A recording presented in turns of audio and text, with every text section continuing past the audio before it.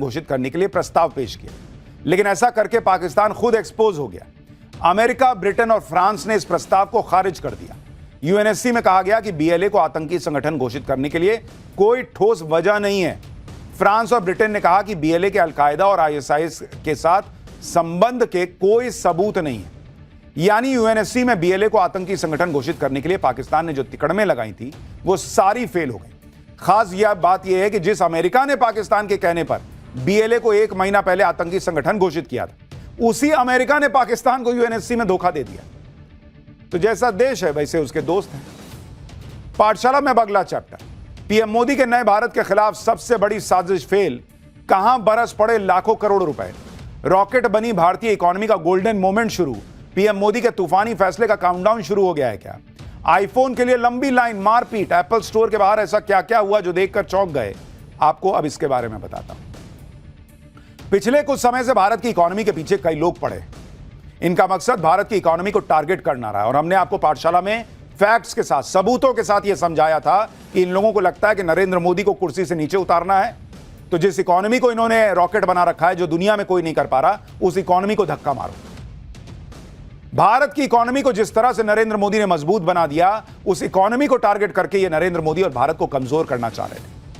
लेकिन पीएम मोदी के नए भारत के खिलाफ सबसे बड़ी साजिश फेल हो चुकी। लाखों करोड़ रुपए बरस रहे हैं, इकोनॉमी का गोल्डन मोमेंट शुरू हो गया है। भारत की इकोनॉमी को जो लोग डेड बता रहे थे वो लोग अब सच्चाई का सामना कर रहे हैं और भारत की ताकत को देख रहे हैं।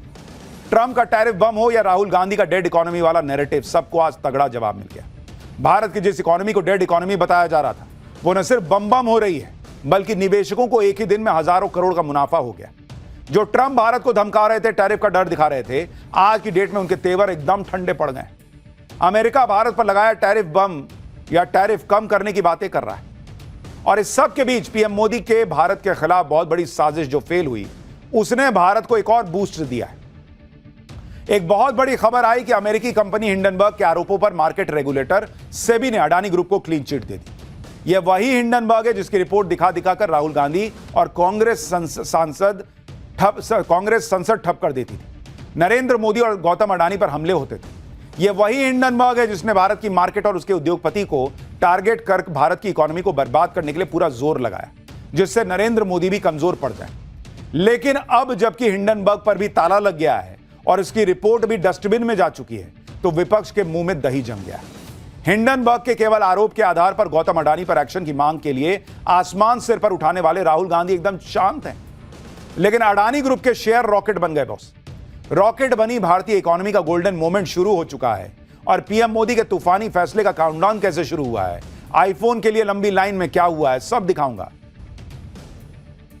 सबसे पहले बात, कभी एटम बम, कभी हाइड्रोजन बम से धमाका करने के दावे करने वाले राहुल गांधी के हिंडनबर्ग बम की, जिसमें धमाका करके पीएम मोदी और गौतम अडानी को घेरने की कोशिश में राहुल गांधी और उनके साथी पिछले 2 साल से जुटे हुए थे।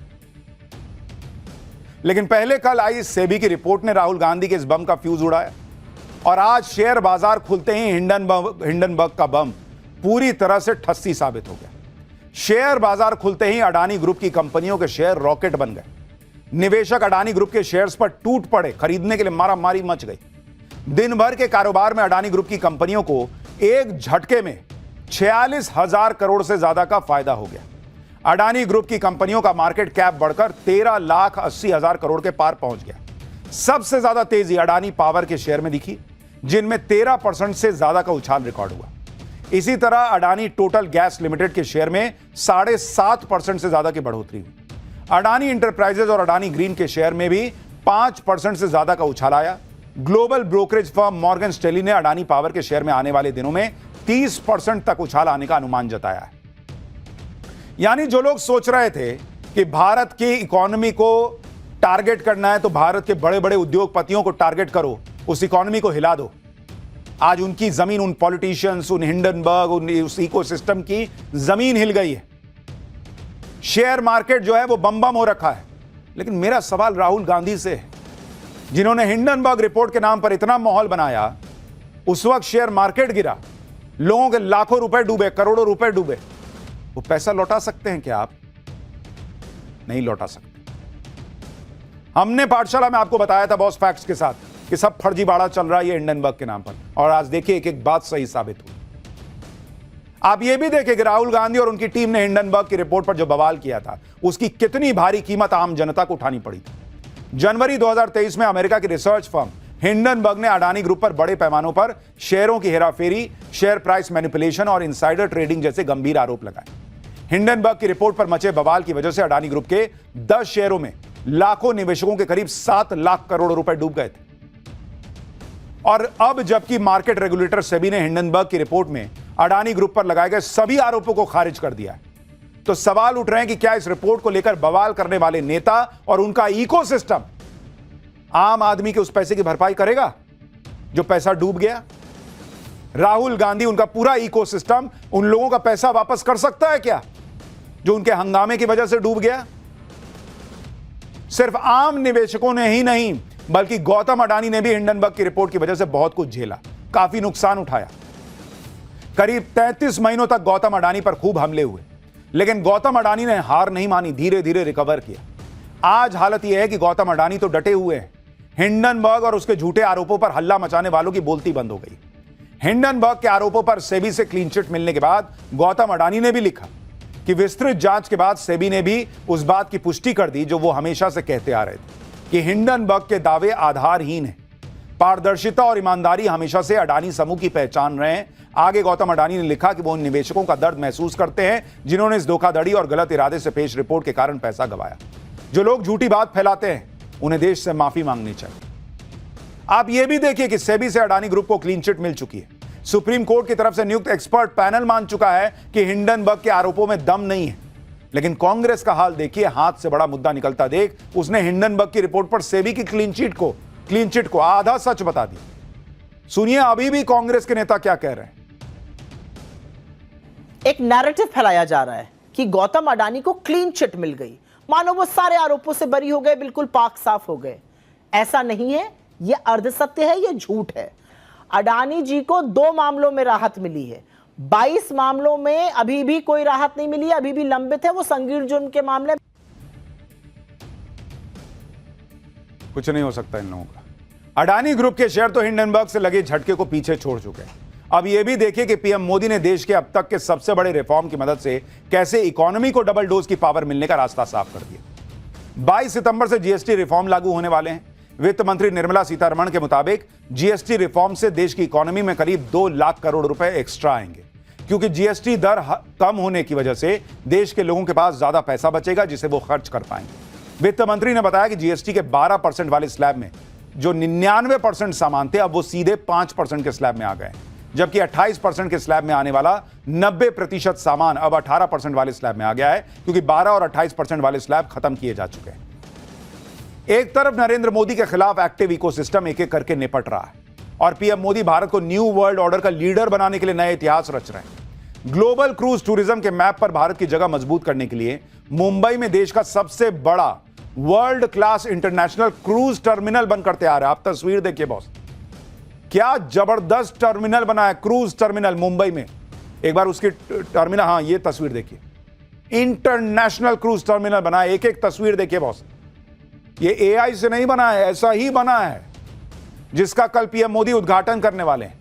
इस क्रूज टर्मिनल का निर्माण क्रूज भारत मिशन के तहत किया गया है, जिसमें दुनिया भर के बड़े बड़े क्रूज पहुंचेंगे। इस वर्ल्ड क्लास क्रूज सेंटर की खासियत भी आपको बताता हूं। Mumbai international cruise terminal 4,15,000 square feet से ज्यादा इलाके में तैयार किया गया है। मॉडर्न सुविधाओं से लैस क्रूज टर्मिनल हर रोज 10,000 और हर साल 10 लाख यात्रियों को हैंडल कर सकता है। इस क्रूज टर्मिनल में एक बार में 5 क्रूज शिप आ सकते हैं। क्रूज टर्मिनल में यात्रियों की सुविधा के लिए 72 चेक इन और इमिग्रेशन काउंटर बनाए गए हैं। इसकी पार्किंग में 300 से ज्यादा गाड़ियां खड़ी करने की क्षमता है। इस वर्ल्ड क्लास क्रूज टर्मिनल को तैयार करने में 556 करोड़ रुपए की लागत आई। अब जब भारत की बात कर रहे हैं और भारत किस तरह से इकोनॉमी के मामले में एकदम बम्पर परफॉर्मेंस दे रहा है, ऐसे में जरूरी है यह बात करना कि भारत के लोग क्या कर रहे हैं। भारत में एप्पल स्टोर के बाहर से चौंकाने वाली तस्वीरें देखनी चाहिए। आज भारत में भी एप्पल का आईफोन 17 सीरीज बिक्री के लिए मार्केट में आ गया। आईफोन 17 खरीदने के लिए रात से ही एप्पल स्टोर्स के बाहर लंबी लंबी लाइन लग गई बॉस। ये देखिए, मारा पीटी हो गई, पहले मैं। भीड़ इतनी ज्यादा हो गई कि आईफोन के खरीदारों को काबू करना मुश्किल हो गया भाई। राहुल गांधी डेड इकोनॉमी बता रहे थे, यहाँ लोग देखिए लाइन में रात से खड़े हैं पैसा लेके कि लाओ ना पहले मेरे को दो। मुंबई में तो एप्पल स्टोर के बाहर आईफोन खरीदने के लिए जुटे लोगों के बीच हाथापाई हो गई। तस्वीरें सोशल मीडिया पर वायरल हैं, बवाल हो गया, कमेंट्स की बाढ़ आ गई। एक यूजर ने लिखा कि मुंबई में आईफोन 17 के लिए ऐसी धक्का मुक्की हुई जैसे फोन नहीं मोक्ष बट रहा हो। एक यूजर ने लिखा जेनजी एप्पल आईफोन के लिए ऐसे लड़ रहा है जैसे यही उसकी ऑक्सीजन है। दिल्ली में भी आईफोन के लिए एप्पल स्टोर के बाहर लंबी लंबी लाइन दिखी। दिल्ली में एप्पल स्टोर के बाहर से हमारी सहयोगी की एक रिपोर्ट देखी। और इस फोन को लेके ऐसी दीवानगी क्यों है, इस पर बात करने के लिए हम लोगों से सीधा बात करते हैं जो लोग यहाँ पे लाइन में लगे, जिनकी यहाँ पे प्री बुकिंग है। सर क्या नाम है आपका? पुलकित। पुलकित, फोन लेने आए आप? या राइट। प्री बुकिंग थी? या कब बुक कराया था? मतलब 12 क्या करते हैं आप? स्टडी करता हूँ। स्टडी करते हैं। क्या दीवानगी है इस फोन को लेकर आपकी? हर बार जब भी नया लॉन्च होता है हर बार लेता हूँ। तो किस मोड पे ले रहे हैं? EMI पे ले रहे हैं, कैश ले रहे हैं, क्रेडिट कार्ड पे ले रहे हैं? क्रेडिट कार्ड से कैश। क्रेडिट कार्ड से ले रहे हैं। क्या खास बताया जा रहा है, क्या फीचर्स बताया जा रहा है इस फोन को लेकर? फीचर्स तो मैं देखता नहीं, हर बार जब भी नया आता है मैं लेता हूँ। आईफोन की दीवानगी। कुछ लोग ये भी सवाल उठा रहे हैं कि पीएम मोदी के स्वदेशी के मंत्र के बीच लाखों लोग विदेशी आईफोन पर खर्च कर रहे हैं। ऐसे लोगों को यह पता होना चाहिए कि यह पीएम मोदी का ही मेक इन इंडिया मुहिम का असर है कि आईफोन बनाने वाली अमेरिकी कंपनी एप्पल ने भारत को अपना बड़ा मैन्युफैक्चरिंग हब बना लिया है।